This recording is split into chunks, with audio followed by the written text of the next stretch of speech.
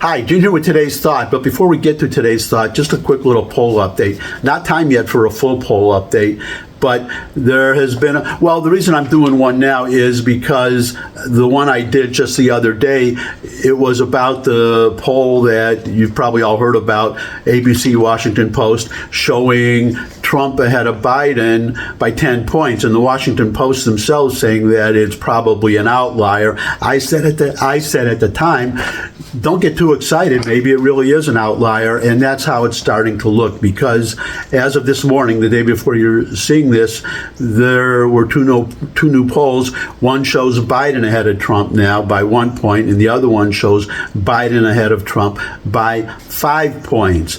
But a couple other polls, I'll just put these in here so you have the whole picture. The betting averages, where people put up their money, the betting websites where people put up their own money on who they think that is going to win. The average of those betting sites has been showing Biden ahead of Trump for quite a while. But as of the day before you're seeing this, Trump pulled ahead. Now the bettors, the people who put up their money, are betting that Trump will win. And of course, that could change too. And finally, among independent voters, let me put this chart up for you. In 2020, you see the 2020 election, Biden ahead of Trump among independents, 51% to 31%. But today, the day before you're seeing this, now it's Donald Trump ahead among independents, 46 to 36%. And of course, that matters because independent voters are really the ones who decide an election, because the country is pretty well evenly divided among Democrats, Republicans, and independents. Republicans obviously will vote for their party, Democrats for their party, but independents can go either, by definition, can go either way.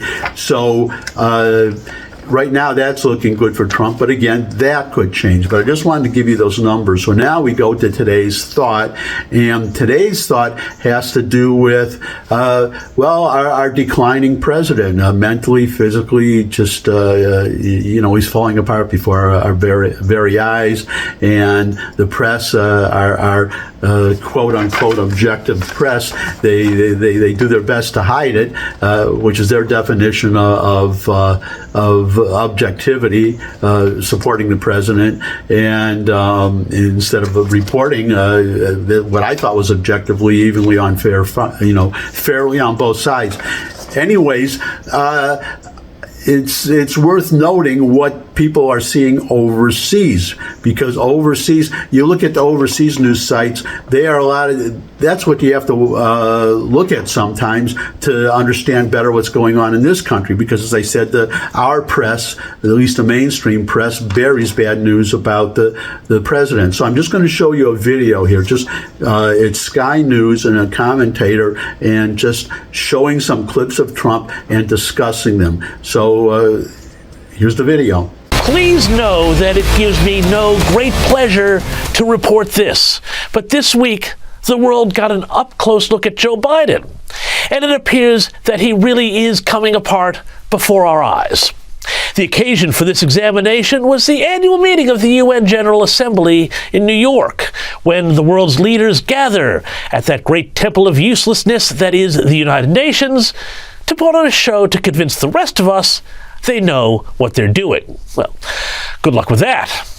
And of course, leading the pack here was our man, Joe Biden. Here he was addressing the leaders of the globe, and I tell you what, I feel pretty bad for some of the folks who were doing simultaneous translations. Now, even as we evolve our institutions and drive creative new partnerships, let me be clear. Certain principles of our international system are sacrosanct.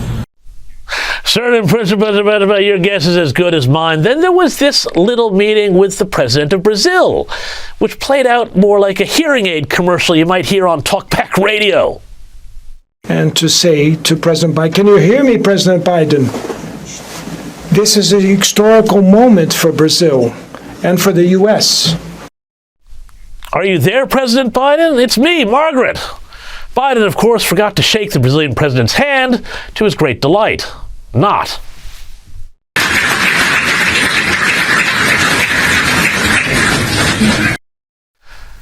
then there was this bizarre moment when, meeting with Israeli Prime Minister Benjamin Netanyahu, Joe Biden made the sign of the cross.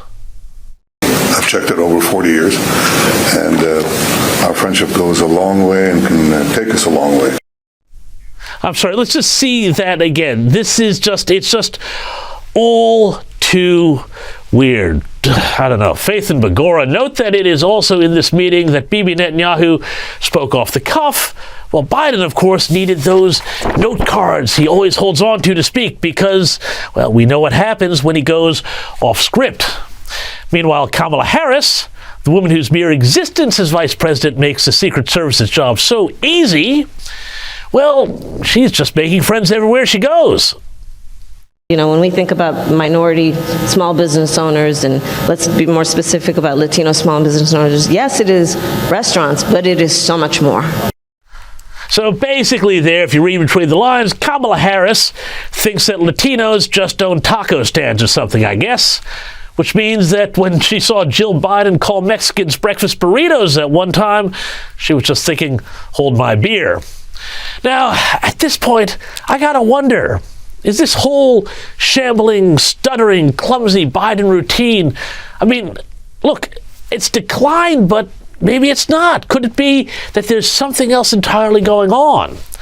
Sometimes I think maybe he's actually putting on an act so people underestimate him or don't realize that he's the mastermind of this whole huge sort of behind-the-scenes operation. I don't know, maybe Joe Biden is playing it up like a cry for help, so the political pressure builds to allow him to gracefully retire rather than be forced to keep doing the job to please Jill or whomever it is. I don't know. But whatever, sometimes, just sometimes, this whole thing reminds me a little bit of the old New York City mobster, Vincent the Chin Gigante, who for years threw off the authorities by putting on a public act suggesting he was, in fact, just himself a harmless, shuffling, mentally ill wanderer, when in fact he was a criminal mastermind in charge of a whole criminal enterprise. Former member of the Lucchese crime family, John Panisi, explained this a bit more here. Besides taking trips to psychiatric hospitals, Chin was known to wander around Greenwich Village unshaven, wearing pajamas, a bathrobe, and house slippers, muttering gibberish. He talked to telephone poles and parking meters, and urinate at will in the street, and at times randomly drop to his knees and cross himself. Randomly making the sign of the cross, you say? Yeah, nah. Sure, it's just a coincidence. That's our president. That's the leader of the free world. That's who's representing us on the world stage, and that's how he's being perceived. And the only thing I would add to it is that apparently, reported by the Babylon Bee, the White House is on it. The White House is on it. So let me just give you this final headline that I'll close with. And here it is. To avoid embarrassing falls, aides will now transport Biden using presidential hand truck. Okay, so they're on it. They're working on it. And that's my thought for today. Thanks for stopping by. If you could subscribe, that would really be great. Share this video with anyone you think would benefit from it. But most of all, come back and see me again. We'd love to see all of you again. And until I do see all of you again, bye.